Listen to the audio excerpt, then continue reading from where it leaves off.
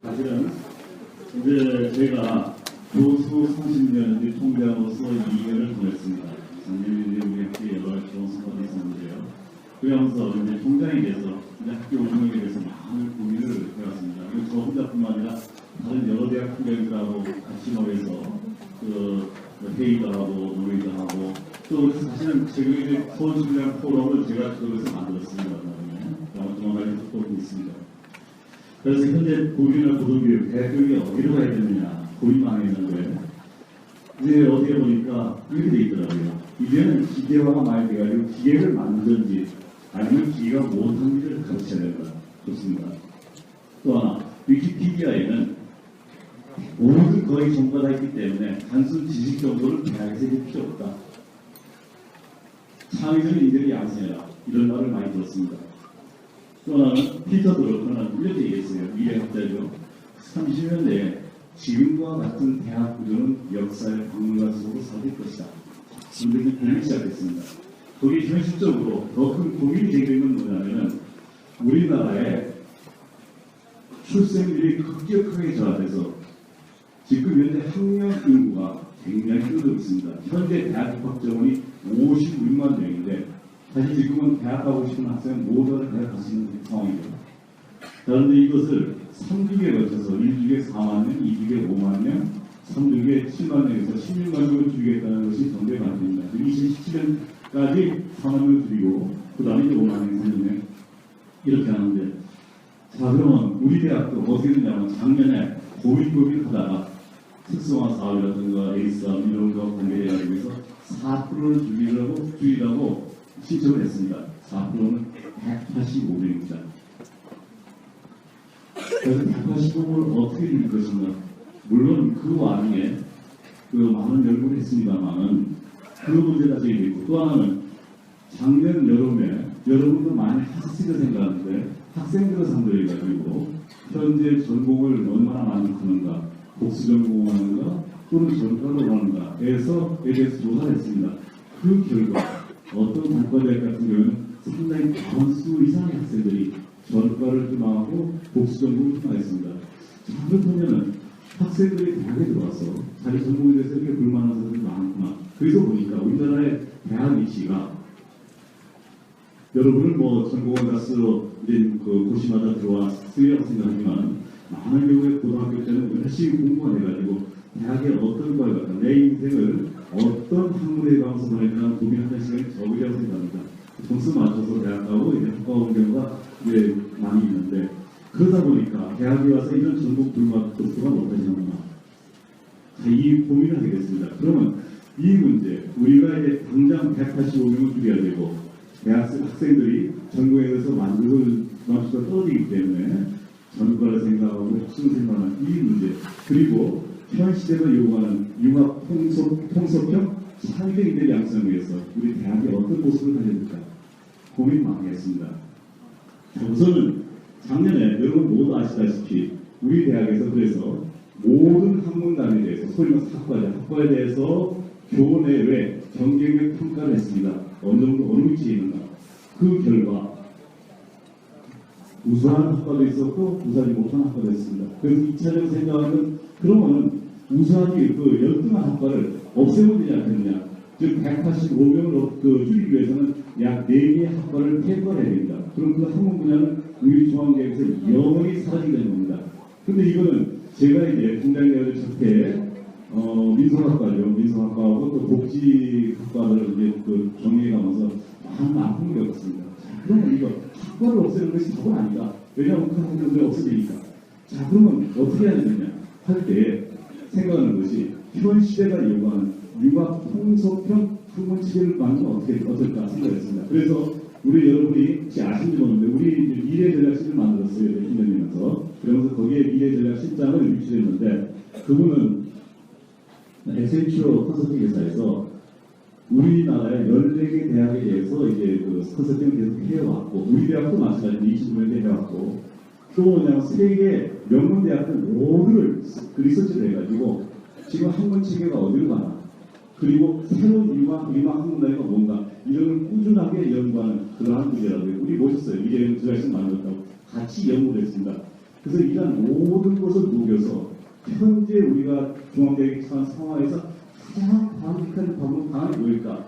고민의 고민 끝에 한 것이 그러면 모집 단위를 광역화해서 학문 체계를 유연하자. 왜냐하면 학과제로 하는 거에 뭐 장점이 있습니다. 단점은 뭐냐면 교수님들과 학생들이 학과를 편에 갇혀가지고 교수님들도 융합 통섭 시대에 다른 학문과 공동 연구랄까 이런 데 제한이 있고 또 하나 그런 경우에 정원을 들이면 학과를 없애야 되는데 없애면 그 과 교수님들의 소속이 애매해져요. 심한 경우에는 그 과는 그 교수를 어떻게 정리할 수도 있는 그런 상황이 된다고요. 그건 너무나 비인간적입니다. 열심히 공부하신 교수님한테 학생이 없다. 우리가 선생님 비교해서 평가시키는 이건 아니다. 그래서 뭐냐면 현재 한국은 융합과 통솔인데 그런 교수님들한테도 우선 그러면은 넓은 의미에서 단과대학들로 이제 교수님들께서 이렇게 같이 소속하셔가지고 물론 지금 현재 학과는 전공 시스템으로 살아남습니다. 있습니다. 그런데 교수님께서 같이 경우에서는 학과의 어떤 그 뛰어넘어서 경우에서는 단과대학을 뛰어넘어서 다른 교수들과 같이 공동 연구도 하고 또 교육 프로그램도 전체 중앙대학생은 대학생 대학생에서 특히 이제 인문대학 교수님들이 이제 좀 걱정을 하시는데 오히려 이 방법은 자 그러면은 또 하나 현대 사회가 요구하는 인문학적인 소양을 갖춘 전문의를 요구합니다. 저희 시대는 그래서 인문학을 오히려 강화해야 되겠다. 그래서 중앙대학 전체 학생들한테 인문학적인 소양을 기르는 교양교육을 강화하자. 이거를 녹이자.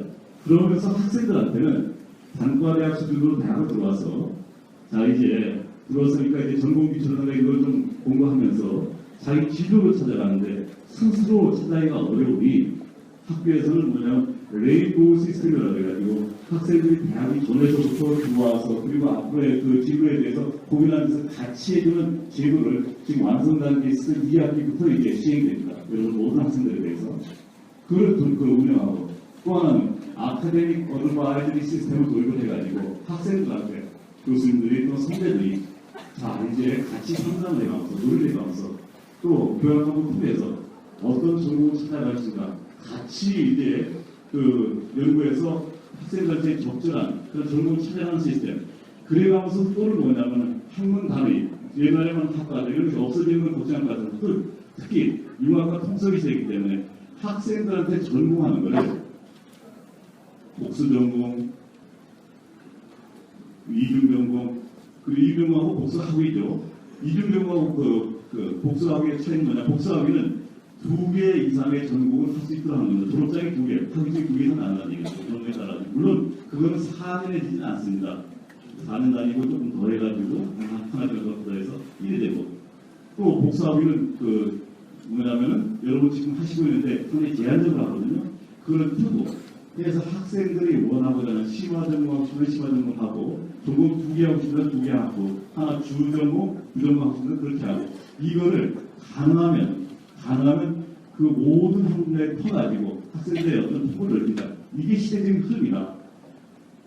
이런 생각을 하게 됐습니다. 그런 관점에서 즉 뭐냐면 현재가 요구하는 학문단의 유연성, 융합과 통속으로 이거를 수용하면서 교수님들이 학과가 없어지면서 발생된 여러 가지 분위기를 없애서 정말 단과대학 교수님들이 같이 모여가지고 공동으로 연구하고 또 새로운 학문 체계를 만들고 이게 새로운 우리가 분석해 보니까 지금 새로운 요구되는 학문체가 굉장히 많아요. 그런 것을 자꾸 학교하고 교수님들 같이 노력해서 개발하고 요즘 한 단과대학 교수님이 50명, 100명이 계시면 그분들이 다해서 10명 모이면 새로운 학문체를 만들 수 있거든요. 그리고 또 교수님들께서 소속이 한 과에 소속이 있는데 그게 아니라 여러 전공에 공동으로 소속할 수 있는 겁니다. 이 같은 것이 되고 있어요. 그래서 중앙대학교가 전체적으로 경쟁력을 높여나가는데 이게 정원을 줄여가면서 시대의 흐름에 맞는 그런 학문 체계를 만드는데 이게 참 바람직한 그 제도이다.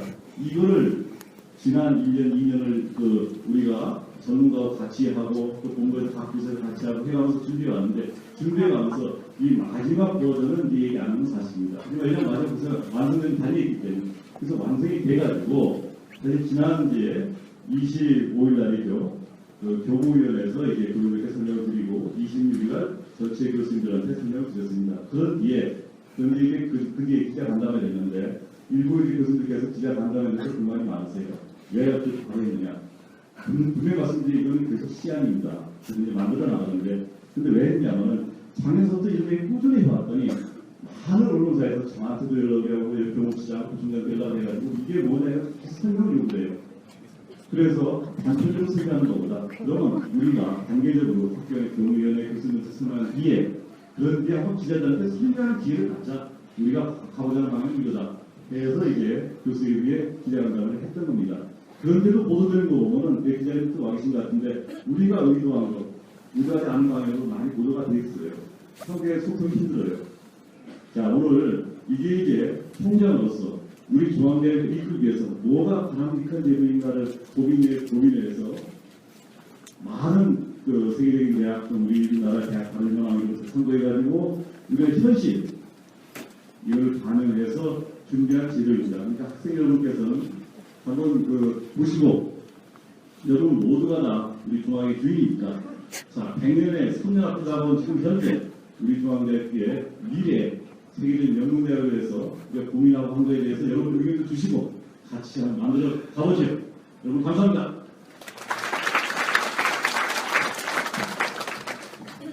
서기신 학생들 여기 잘 생기셨어요. 올라오세요. 그리고 여기 좀 내려앉으세요. 그 다리들도 아플 것 같은데 그 앞쪽에 와서 앉으셔도 될 것 같습니다.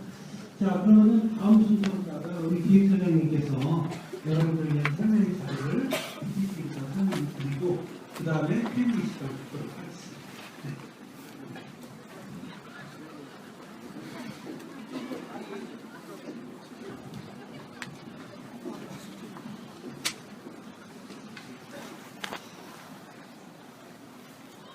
안녕하십니까. 기획처장 김재석이 교수입니다.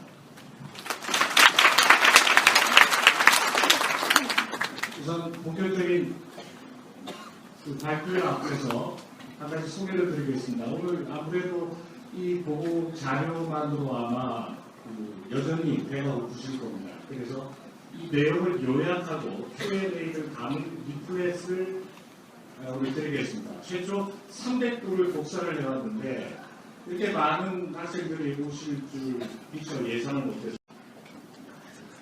네, 그렇습니다. 작년 11월 21일로 기억을 합니다. 여러분을 서울 캠퍼스에서 처음 뵀을 때입니다. 그때 아마 기억을 더듬어 보시면 잘 아실 겁니다. 평가지표 최초 공개한 안에 대해서 여러분들의 의견을 반영해서 수정된 안을 제시했던 기억이 지금도 또렷합니다. 그 이후에 본부가 지금까지 준비해온 안을 지난주 목요일 전체 교수회의에서 처음으로 계획안이라는 제하에 교수님들한테 설명을 드렸고요. 그 이후에 아까 학생처장께서 설명하시고 총장님께서도 확인해 주신 바와 같이 의견을 수렴해가지고 오늘 여러분들한테 보여드리는 안의 제목을 여기서 확인하실 수가 있습니다. 학부 학사구조 선진화 계획 1차 수정안입니다.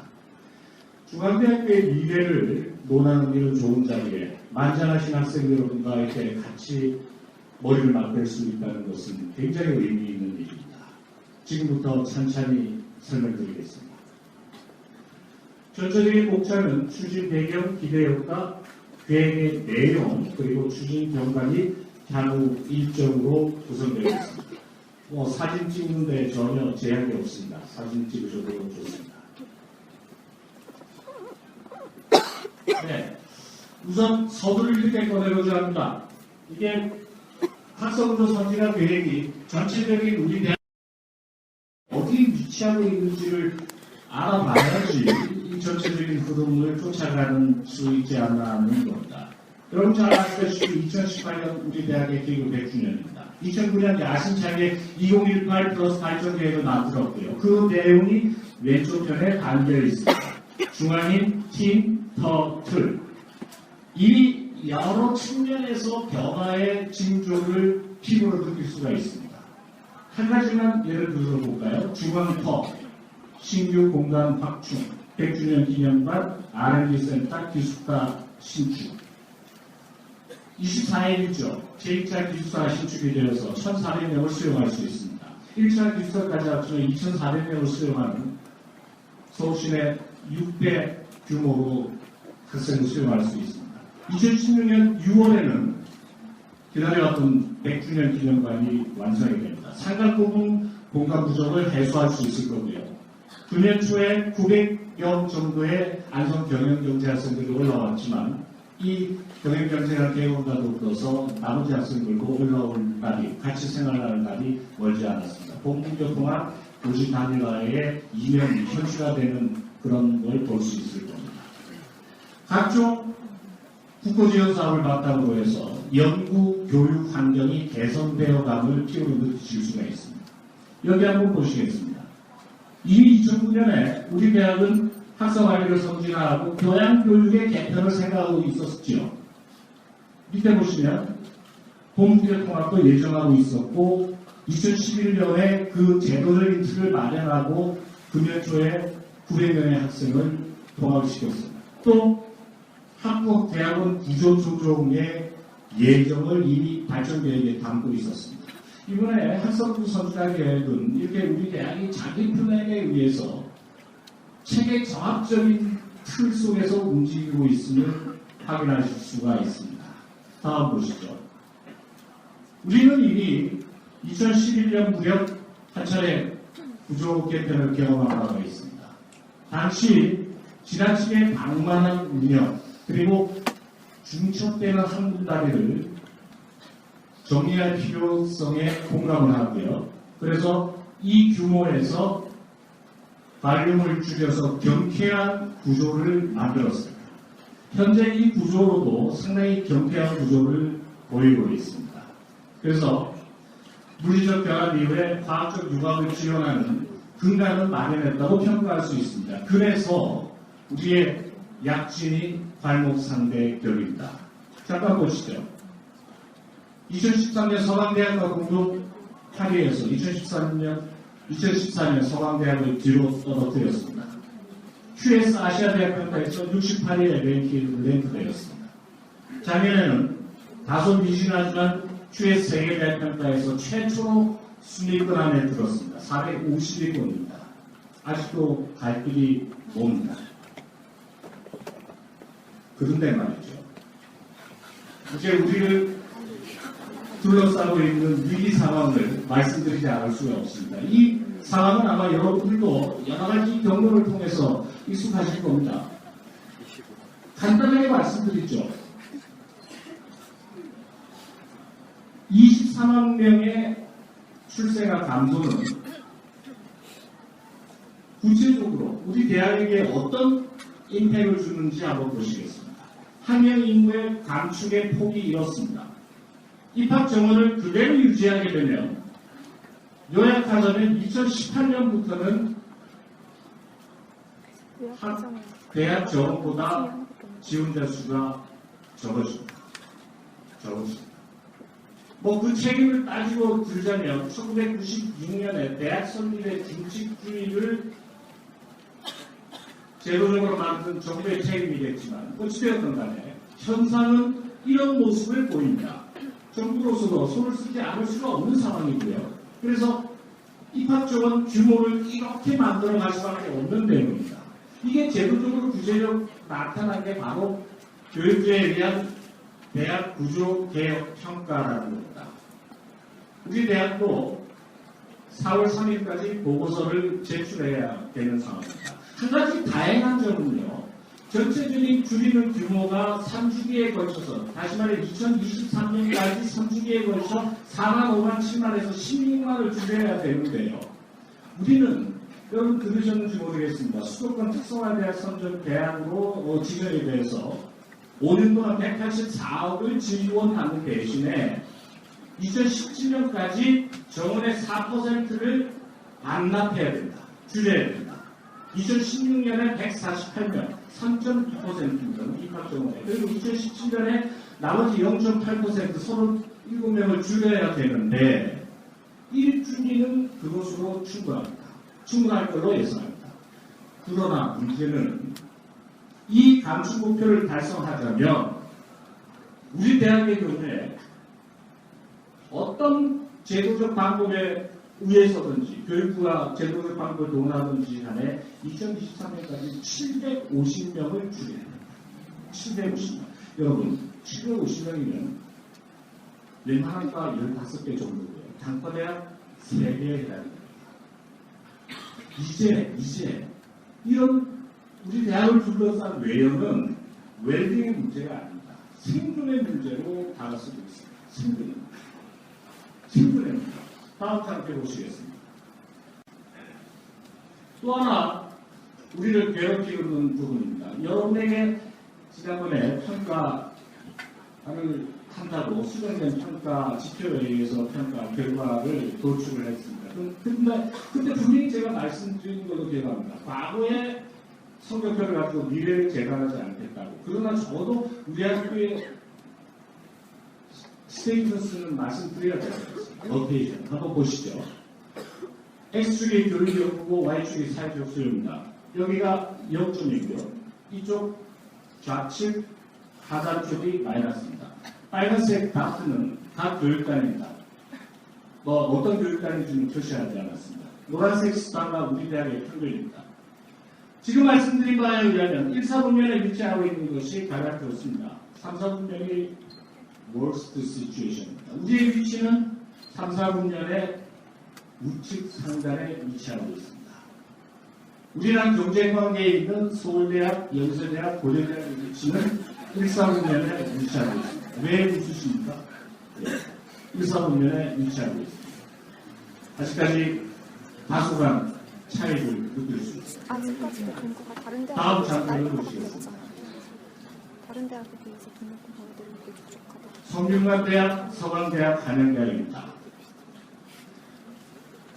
중앙일보 평가에서 우리가 다국화를 할 때 한양대학이랑 총점 1점 차이가 있습니다. 근데 실제 정량 정성적 평가에 의할 때 한양대학은 우리보다 상당히 위에 있었습니다. 성대도 그렇고 서강대학도 물론입니다.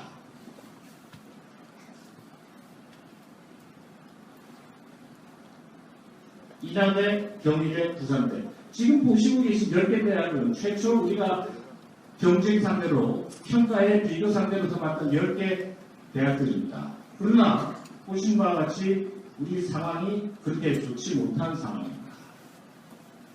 자, 요약을 하면 우리 주위를 둘러싼 상황은 그렇습니다. 한영 2부 급반에 따른 750명의 반출. 그 다음에 우리의 스탠딩.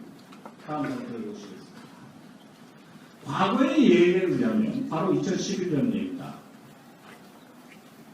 이 하위에 존재하고 있는 과들에 대해서 750명을 줄여야 된다면 가장 심플한 방법은 뭐라고 생각하십니까?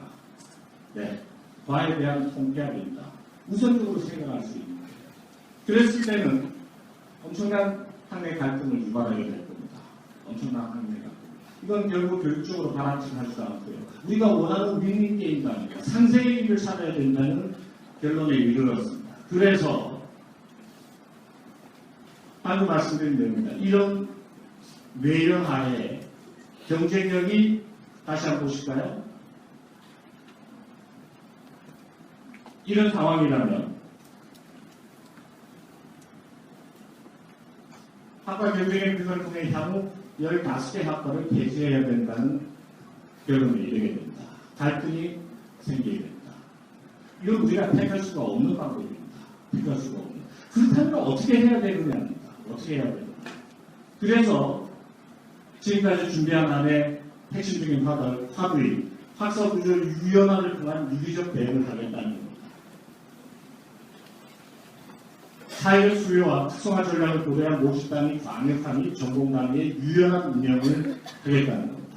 그래서 단과대학 내에 있어서의 통섭적, 융합적 시도, 단과대학을 넘나드는, 더 나아가서는 계열을 넘나드는 융합적 시도를 하실 수 있는, 교수님들께서 하실 수 있고, 그 후방 효과가 여러분들한테 전달될 수 있는 틀을 만들어주는 게 필요하다는 결론에 이르게 된 것이죠.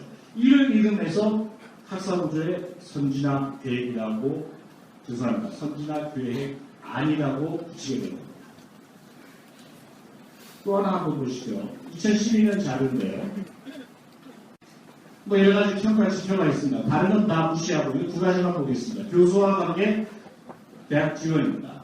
이게 바로 이제 대학 지원이라는 게 여러분들이 하시고 싶은 것을 대학이 어느 정도 만족시켜 주느냐 이 얘기인데요. 그리고 교수와의 컨택트의 정도를 얘기하는 건데 보시다시피 32개 국내 대학 중에서 유황스럽게도 최하위에 위치하고 있습니다.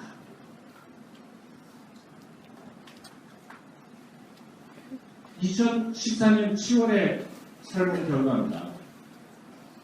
우리 학생들의 71%가 졸업에 취업을 원한다고 되어 있고요. 어떤 단과대학의 예를 들자면 뭐 이런 내용들을 볼 수가 있습니다. 특히 복수전공 필요성에 대해서 약 70%를 기록했는데 실제 그 단과대학에 이수한 비율은 20%에 이르지 못하고 있습니다. 제도적으로 70%를 수용할 수 없는 구조임을 증명하고 있는 것이죠.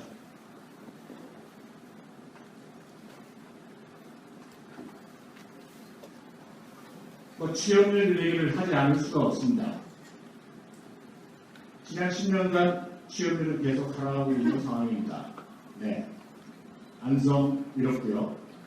서울은 이런 모습을 보입니다. 통합 취업률이 전국 32건에 지나지 않습니다. 조금 설명드리면 이게 88% 가까이 되다가 80대 중반에서 이게 떨어지게 된 것은 이 당시에는 학교가 제시하는 걸 그대로 그 통계를 가지고 잡았는데 이때부터는 국세청 DB나 의료보험을 가지고 객관적인 베이스에 의해서 통계를 잡다 보니 과거에 과장님 거품이 빠져서 이렇게 됩니다. 그러나 어쨌든 간에 하락하는 추세임은 부인할 수 없습니다.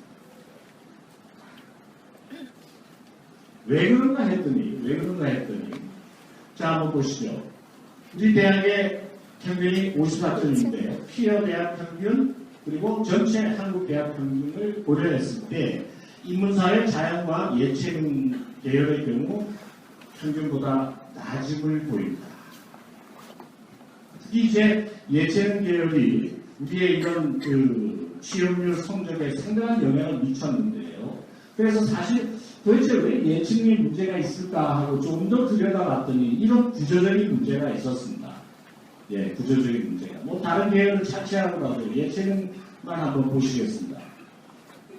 경쟁대학에 비해 우리가 약 15% 높은 구조를 보이고 있습니다.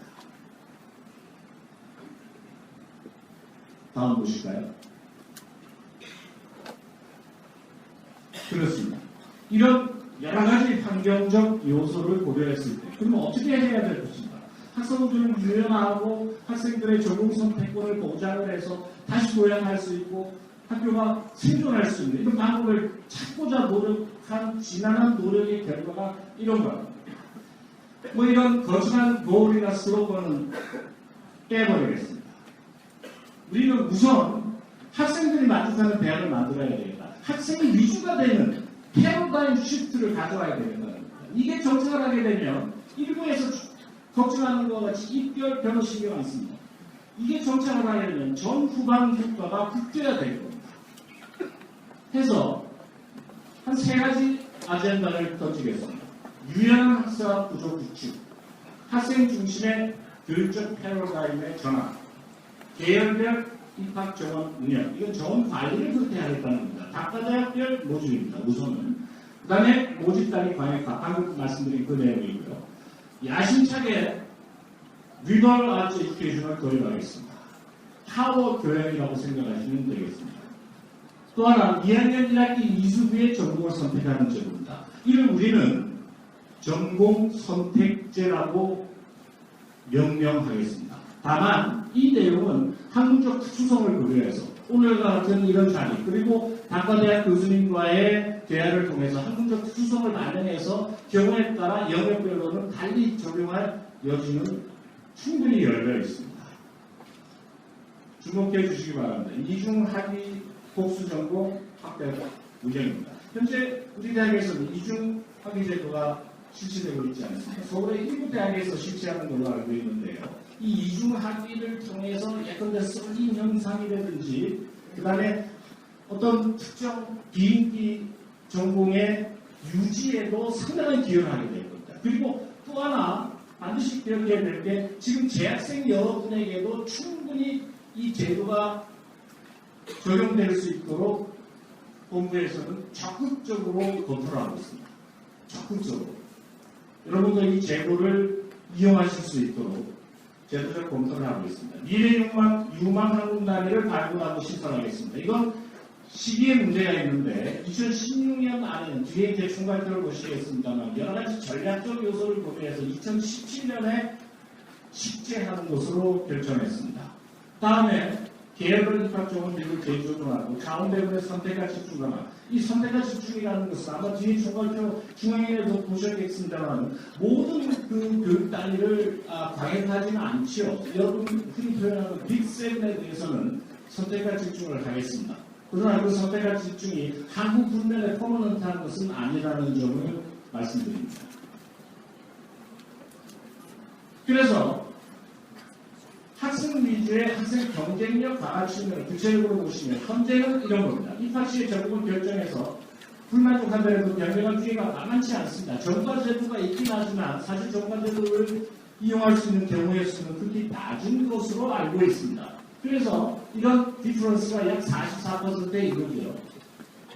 극복을 위해서 전국 탐색의 기회를 제공함으로써 2학년 1학기 이후에 원칙적으로 전공을 선택하고 그 전공 선택 과정을 전방위적으로 지원하기 위해서 아카데믹 어드바이저리 시스템을 착근시키겠습니다. 다중 전공이 도입됩니다. 매우 정치하게 준비를 하고 있습니다. 융복합 인재가 자연스럽게 양성될 수 있겠죠. 교양교육을 혁신한다. 인문학적 기반의 전위교육입니다. 다시 말해 문제해결 능력과 기초적 사고 역량 배양의 바탕에 인성이 위치하고 있습니다. 그리고 뒤에 나오겠습니다만 직무 역량 과목을 신설하고 필수화하겠습니다. 네, 이건 바로 여러분들의 취업률 증대와 직결되는 문제라고 할 수 있습니다. 여러 곳에서 다빈치 인재 개발론의 제도적 의의에 대해서 여러분들이 높이 평가하는 것을 들었습니다. 그와 계를 같이 한다고 보시면 되겠습니다. 예를 하나 들어보죠. 융복합의 경우를. 국문학이 소프트웨어학과 융합을 하게 된다. 예를 들어 언어공학적인 측면을 강조하는 것일 수 있겠죠. 그럼 이런 융합적 학문 단위가 만들어지게 되면 그 전파가 여러분에게 이어지게 됩니다. 여러분 후배들한테 또 여러분한테도. 그런데 컴퓨터공학과 디자인 분야 이 부분은 이미 우리학교에서 상당히 진척이 되고 있는 겁니다. 또 의학과 기계공학, 의료기기 분야의 첨단 학문 영역이 발생할 수도 있습니다. 하나의 센터에 지나지 않습니다. 아카데믹 어드바이저리 시스템의 기반을 이루는 것은 소위 말하는 전 주기적 통합 이력 관리 시스템이라고 이름 붙일 수 있는 웨이보 시스템입니다. 2015년 2학기부터 가동이 될 겁니다. 에이스 사업에서 재정 지원을 받아가지고 이미 기본적인 틀이 완성되어 있습니다. 여기 보시면 1학년 때 인생에 대한 기본적인 설계부터 시작해서 물론 그 전제는 입학 전부터 시작이 되는 겁니다. 재학 중에 학생의 역량, 적성, 장래 희망, 유기적인 요소들을 체계 종합적으로 묶어서 전공 선택을 도와줄 것이고요. 또 더 나아가서 취업과 관련된 분야라든지 지금 다빈치 인재 개발에서 하는 걸 연상하시면 될 겁니다. 그 과정에서 직무 역량 프로그램이라든지 여러 가지가 같이 묶여서 유기적으로 돌아가게 될 겁니다. 이게 바로 웨이보 시스템이라고 정의할 수 있습니다. 아까 말씀드린 기초 직무 역량입니다. 지금 새롭게 파워 교양으로 준비하고 있는 것들이 예컨대 ACT 프로그램입니다. 그다음에 장애와 소통 이런 프로그램들인데요. 이런 거와 결합을 한다. 직무 역량에 관한 내용입니다. 체제별 부분을 보시겠습니다. 커뮤니케이션 역량, 전략적 기획, 분석적 사고, 문제 해결 능력, 인터내셔널 커먼 이슈에 대한 이해도, 외국 이런 모든 것들이 총체적으로 연결이 됐다면 지금보다 훨씬 경쟁력을 갖춘, 시장에서 경쟁력을 갖춘 인재가 배출될 것이면 이론의 여지가 없습니다. 학사 구조 측면에서는 컬래버레이션이 일상화되겠습니다. 이거 보시죠. 이건 과외 높은 장벽입니다. 네, 과외 높은 장벽에서는 이러한 일들이 사실은 쉽게 이루어지지 못합니다. 이 선진국에서는 이런 틀을 깨버렸습니다. 항적 칸막이를 제거하고 유기적 생물체로서 긴장감 있게 움직일 수 있는 틀을 마련해 주는 겁니다. 그 하에서 미래 융합 전국이 지속적으로 신설이 가능하고 그 과정에서 사회적 수요, 이건 기업적 수요라는 건 다른 것이죠. 사회적 수요와의 얼라이먼트가 가능해진다는 겁니다. 아까 보신 그림을 다시 볼 수 있습니다. 자율적으로 융복학 항공단의 편성을 유도할 수 있도록 전통적 유니친 학과를 잠시 포기한다는 겁니다. 폐지한다는 겁니다. 그 틀에서 벗어난다는 것이죠. 융복합이 가능하고 경우에 따라서는 공학계열이 증원될 여지가 있는 겁니다. 다음 보시겠습니다.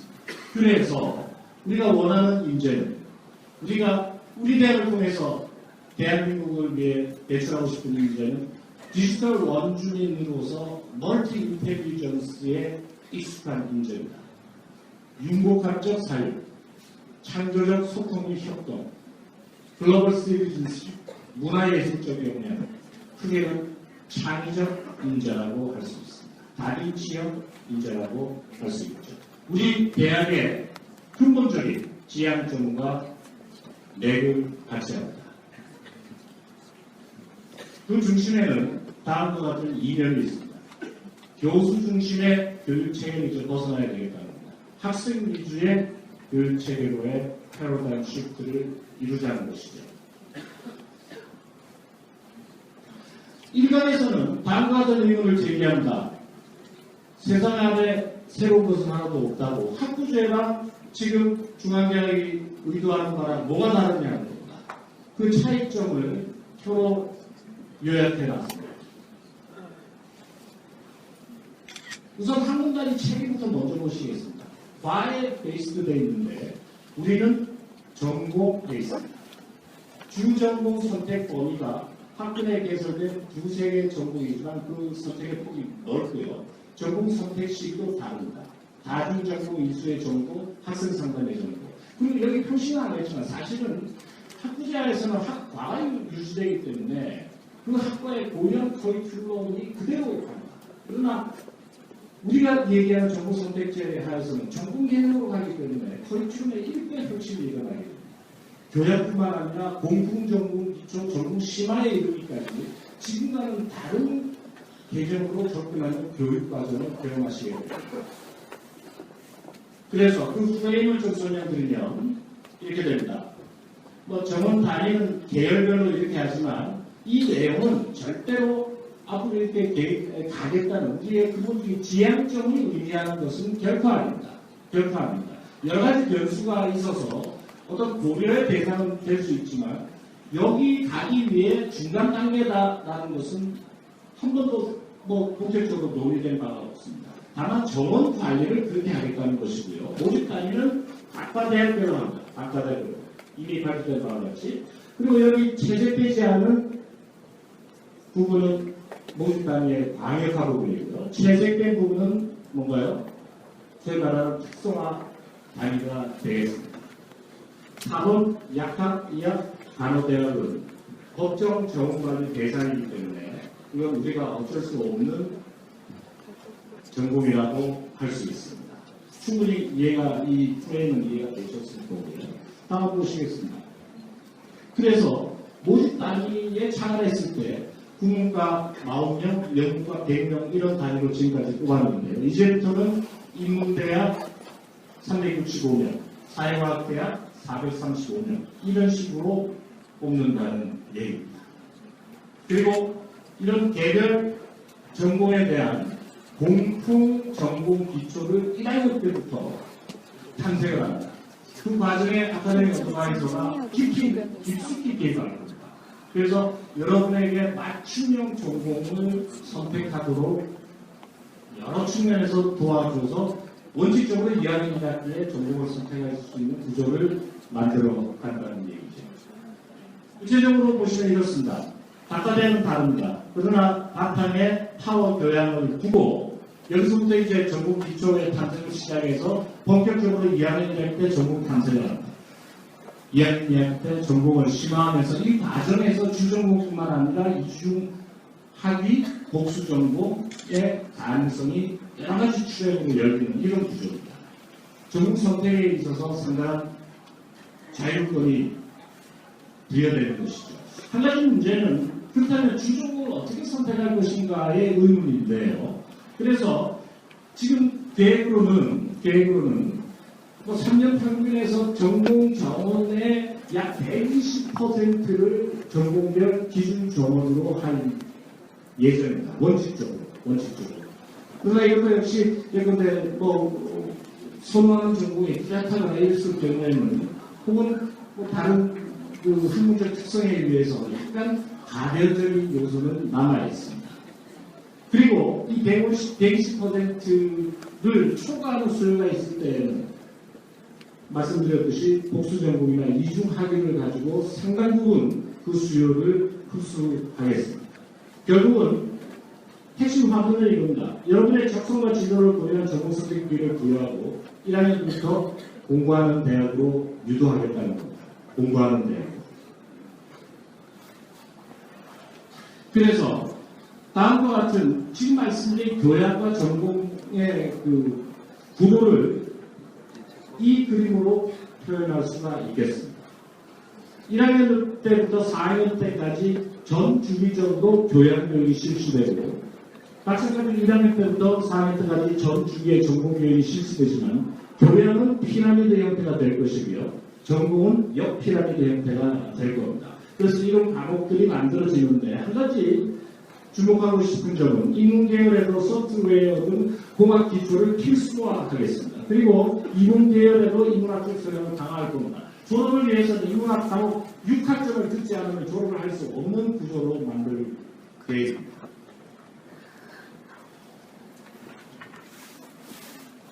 말씀드린 아카데믹 어드바이저리 시스템입니다. 이 피어 어드바이저와 CAU 세미나는 서로 매우 밀접한 관계에 있습니다. 지도 교수와의 소규모 세미나인데요. 이게 학점 베이스로 운영이 될 겁니다. 그 과정에서 선배들이 피어 어드바이저 역할을 신입생들에게 하게 됩니다. 그리고 아카데믹 어드바이저는 교수를 중심으로 본격적인 어드바이저의 기능을 담당하게 됩니다. 그 체계는 설명드린 바와 같이 웨이브 시스템이 담당할 겁니다.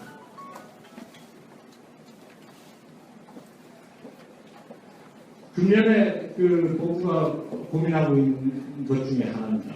사실 미래 융합 학문 단위를 2016년에 설치할 것을 교수님들과 여러 가지 논의를 거쳤습니다. 상당히 깊숙한 논의까지 거쳤는데 문제는 이겁니다. 교사 확보율의 제약입니다. 말씀드렸듯이 백주의 기준관이 2016년 6월에 완공이 됩니다. 그리고 안성에서 900명의 경영경제학생들이 올라와 있습니다. 새로운 서울의 교육단을 만들게 되면 교사 확보율에 문제가 발생합니다. 또 하나는 여러분 언론을 통해서 들으셨겠지만 산업 연계교육 활성화 선도대안이라고 들어보셨나요? 프라임 사업이라는 게 있습니다. 3년에 걸쳐서 7,500억을 지원하는 아주 미중류의 큰 규모의 대학 재정 지원 사업입니다. 말씀드렸듯이 우리가 CK2 사업을 통해서 5년간 184억을 지원을 받는데 우리가 이 프라임 사업에 지정이 되면 연간 280억을 지원받게 됩니다. 그 요건이 뭐냐면 공학계열 중심으로 첨단 융복한 학문 단위를 신설하는 학교에 지원한다는 겁니다. 새로운 정원을 많이 주는 게 아니라 대학 내에서 자율적으로 정원을 조성하라는 그 전제인데요. 자신건데 권역별로 선발했을 때 우리 학교만큼 경쟁력이 그 사업에 선정될 가능성이 높은 대학이 없다고 봅니다. 해서 국민 그때 2016년에 설치하기로 한 원래 계획을 1년간 늦추기로 했습니다. 이게 바로 공학계열 정원 증원을 전략적으로 유보했다는 얘기가 되겠습니다. 해서 2017년에 공학계열 중심으로 미래융합 학문단위가 설치되면 이런 모습을 띠게 될 겁니다. 융합 행태가 이루어지고요. 새로운 융합 항공단위가 신설이 될 것이고, 그 다음에 기존의 특성화 사업도 이루어질 것이고요. 특성화 학과도 계속 조치가 되든지, 뭐 이런 새롭게 만들어지는지 이런 구조가 된다는 겁니다. 다시 말해, 학문의 융복합 구조가 가속화되는 이런 모습을 띠게 됩니다. 자, 이제 표를 보시겠습니다. 이미 공개된 바 있는데요. 그래서 4,623명에서 4,475, 이 구도는 우리가 금년 2016년에 반드시 줄여야 되는 148명을 줄인 값입니다. 여러분 기억을 못 하시겠지만 2011년에 본국민교 통합 과정에서 예체능대학에 임시로 배정해둔 정원이 있습니다. 그 정원을 이용해서 이번 2016년에는 148명을 줄이는 겁니다. 기타 단과대학에는 정원 변동이 전혀 없습니다. 그리고 중앙인에 게시했던 내용과 전혀 동일한데 한 가지가 다릅니다. 여기 한번 보시죠. 경영학에 한 마리를 풀었습니다. 경영학에 한 마리를 풀었습니다. 이전에 1차 수정안이라고 말씀드린 논문이라고 할 수 있는데 여러 가지 지적이 있었습니다. 사실 우리가 생각할 때 경영학을 칸막이를 짓는 게 입시 결과에 도움이 되지 않을까 이런 생각을 했었는데 학생들이 소공하는 거에 굳이 울타리를 칠 필요가 없지 않느냐. 그렇다면 전공 선택을 부여하는 것과 상충하는 게 아니냐 이런 지적이 일리가 있다는 것이죠. 그런데 이미 경영학은 융복합적 성격을 학문적으로 띄고 있기 때문에 충분히 오픈을 해도 문제가 없을 것이다 이런 판단이 있었습니다. 그래서 최초 안에서 수정을 가해서 경영학도 광역화 모집을 하기로 했습니다. 한 가지 문제가 되는 것은 예술체육대학입니다. 서울에 공연영상 창작학부가 있고 안성에도 있고 또 여러 가지 안성예술대학이 있는데 이 부분에 대해서는 아직 교수님들과 협의 중입니다. 협의가 거의 끝난 분야도 있고요. 다소간의 간극이 느껴지는 분야도 있습니다. 그래서 이 분야는 일괄적으로 발표를 하겠습니다. 오래 걸리지는 않을 겁니다. 어떤 정부의 경우에는 거의 교수님들과 완전한 합의에 이를 학부도 있습니다. 여기 보셨듯이 법정 교원에 의해 관리되는 법정 정원에 의해서 관리되는 학문단위는 현재 그대로입니다. 네. 이런 선진화 계획은 추진 방향 설정 이후에 설명회를 가졌었고요. 학처장 설명회를 가졌고. 그런데 제가 11월 21일 여러분과 1차 설명회 슬라이드를 다시 한번 살펴봤습니다. 그때 이런 말씀을 드렸더라고요. 명확히 남아있습니다. 유연한 학사 구조로 전환하겠다. 미래 융복합 학문단위가 설치될 수 있는 구조로 전환하겠다. 리버럴 아트 에듀케이션을 강화하겠다. 이 내용은 이미 평가 지표를 반영해서 수정안을 말씀드리면서 기본적인 방향을 말씀드린 걸로 자료에 남아있습니다. 학과장 설명회 이런 것들을 거쳤는데 다음이 더 중요합니다. 오늘 이제 학생 설명회를 하고요. 그리고 이전에 주문희 대표 학생들과 또 한 번 자리를 가졌었습니다. 동일한 내용으로. 그리고 내일은 안성을 찾아갈 겁니다. 다시 한번 말씀드리지만 이것은 계획 아닙니다. 기본적인 방향 하에 제도적 쉐이킹은 교수님들과 여러분들과 본부가 밀접한 인터랙션을 통해서 만들어 가야 될 과제라고 할 수 있습니다. 과제라고 할 수 있습니다. 그 노력을 게을리 하지 않겠습니다. 법정 절차는 이렇게요. 그 다음을 보시겠습니다. 이 내용은 뭐라 그럴까요? 현재 선진국에서 이 선진국이라는 것은 미국 대학을 의미하는 것만 아닙니다. 아시아권 대학에 예컨대 싱가포르 국립대학이나 홍콩 대학이나 이런 대학에서 융복학의 정도를 보여주는 표입니다. 융복학의 정도를. 커팅 엣지 인텔리전스, 나우러지를 바탕으로, 테크놀로지를 바탕으로 인상 깊은 점은 지구적 위기에 대한 대응 방안 모습입니다. 거대 단어를 대학이 하고 있습니다. 그래서 우리가 논의하고 있는 로봇학이라든지 커그니티브 사이언스라든지 의사결정과학은 이미 그들에게는 융합 정도가 그리 높지도 않고 시기적으로 그렇게 브랜드가 아닙니다. 네. 이런 내용들인데 그보다는 그 부분을 더 하는 게 좋을 것 같습니다. 그래서 바라는데 조만간에 이런 학문들이 이런 유사한 학문들이 우리 대학의 전공으로 생겨나지 않을까 기대합니다. 이건 하나의 프로포절에 불과한 것이지 이렇게 만든다는 건 절대 아닙니다. 네, 절대 아닙니다. 예. 아마 여러분들이 가장 궁금한 내용이 될 겁니다. 왜 이런 제도, 도대체 왜 불평함을 끼치는 이런 제도를 시행하려고 하느냐? 이 학령 인구 감소입니다. 전공 선택권을 강화하기 위해서 그렇습니다. 신입생들에게는 전공 선택 기회가 제공이 되고 이런 미스매치 현상을 해소할 수가 있습니다. 경쟁력, 시장에서의 경쟁력 강화를 기대할 수 있다는 얘기입니다. 또 이와 더불어서 상담 지원 체계, 말씀드린 아카데믹 어드바이저리 시스템이 구축이 됩니다. 그래서 이런 현상들을 사전에 예방하기 위해서 제도적 완비를 기획할 겁니다. 파워 교양으로서 리버럴 아트 에듀케이션을 도입합니다. 말씀드린 화두입니다. 인성의 바탕 위에 비판적 사고력, 문제 해결 능력을 중점적으로 대응하겠습니다. 그래서 1학년 위주의 교양 지식 전수가 아니라 전 주기의 파워 교양을 여러분들한테 제공하겠습니다. 예, 말씀드린 CEU 세미나입니다. 모든 교원이 개설한 세미나 중에 수강 신청, 인성 이런 것들이 같이 이루어지게 됩니다. 이건 학점 베이스로 움직이게 될 것이고요.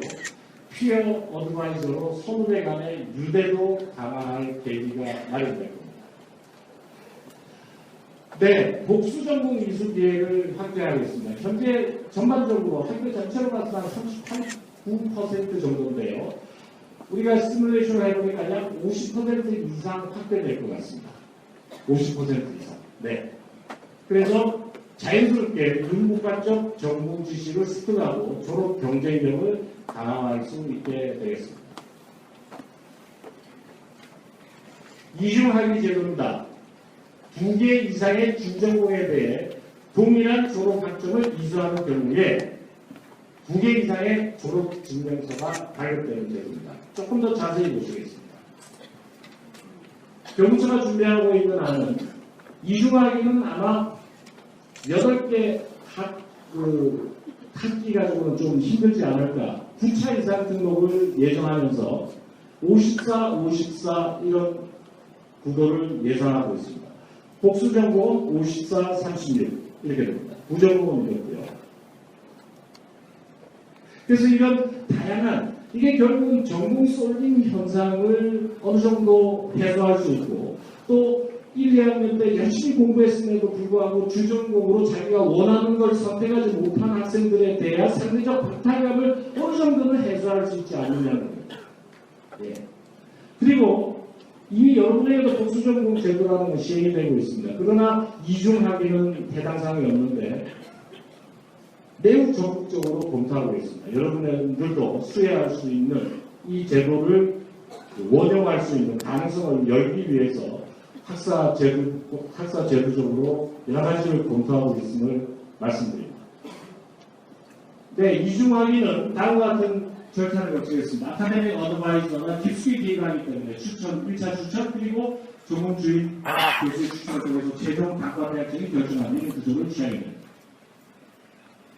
네, 그러면 어떤 기준으로 전공을 선택하느냐? 일단 생각하기에는 학점일 것이다 이렇게 보도되고 했는데요. 학점을 전혀 무시할 수는 없겠죠.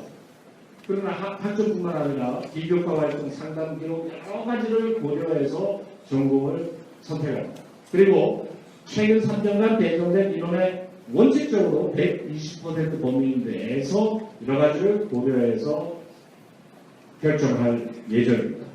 말씀드렸듯이 이 120%는 어떤 경우에도 불변인 값은 아닙니다. 여러분의 관심사입니다. 후배들이 없어진다는 두려움입니다. 우선 대안에 앞서서 부탁드리고 싶은 게 있습니다. 여러분에게 과감한 패러다임 시프트를 요구하겠습니다. 학생 자치학교 패러다임이 앞바다는 중앙대학입니다. 중앙대학. 네, 여러분 밖에 나가보십시오. 사회 진출하고 있는 순간 우리 중앙대학교,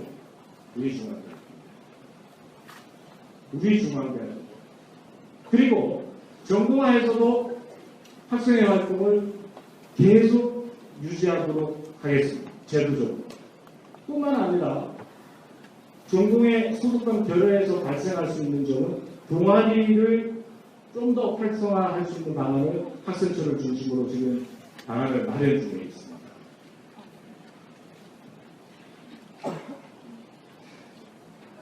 자, 그 다음에 쏠림 현상의 대책은 무엇인가요? 아까 말씀드렸죠. 예, 120%의 허들을 주고요. 그 다음에 그 부수적인 문제는 이중 복수 전공 문제를 해결해야 됩니다. 여기서 이제 당장 발생하는 게 아니 이중 복수 전공을 이중학위 복수 전공 활성화하는 여러 가지 문제가 발생하지 않느냐는 건데요. 그에 앞서서 인문학적 기초학문이 황폐해야 되지 않을까요? 가장 오해를 사고 있는 겁니다. 절대 그렇지 않습니다. 인문학적 소양 강화를 위해 육학적 의무 이전, 해외에 대한 사례 연구 분석 결과도 이런 지원을 할 때 보다 현실적인 얘기를 한번 해보겠습니다. 현실적인 얘기. 그러면 학생들이 선택하는 걸 권리를 권한을 준다 했을 때 선택 안 하면 어떻게 되느냐의 문제가 발생하죠. 융복합으로 전환을 한다고. 그 일정한 기준을 주전공, 복수전공, 이중학위까지 다 포함을 합니다. 네. 학생의 선택의 범위를. 그러고도 한 4, 5년 이후에도 선택을 하지 못하면 융복합으로 유도하고 지원을 할 겁니다.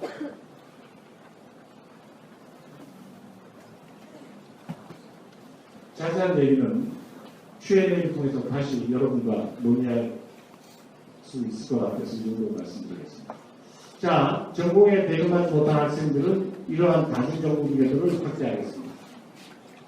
예, 시설적인 문제입니다.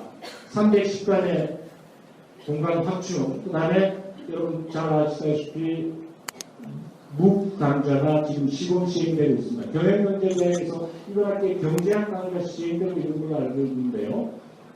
그리고 다른 정부에 대한 제한이 있다고 느껴지지 않도록 최선을 다하겠습니다. 최대한 열어드리도록 하겠습니다. 또 하나 제기되는 문제점이 전공 지식에, 그러니까 전공 몰입도에 지장이 있지 않겠냐는 겁니다. 1학년 1학기 때부터 공통전공 기초를 이수하게 됩니다. 그리고 우리가 의도하고 있는 리버럴 아츠 에듀케이션의 파워 교양 과목들은 전공과 밀접한 연계하에서 움직이게 됩니다. 그렇기 때문에 결코 전공 몰입도에 지장이 없도록 하겠습니다. 그리고 전공 심화의 교육과정 개편을 통해서 여러 과목을 하나의 밀도 있게 집어넣어서 여러분한테 강의가 이루어지는 구조로 가서 결과적으로는 전공교육이 강화되는 쪽으로 노력을 하겠습니다. 지금 교육처에서 예정하고 있는 학점 이수 체계를 잠깐 보시겠습니다. CAU 세미나가 이렇게 되고요. 비교과 학점, 취업 학점, 그 다음에 이런 복수 전공 기준, 교양 영역, 다음과 같은 변화를 예정하고 있습니다.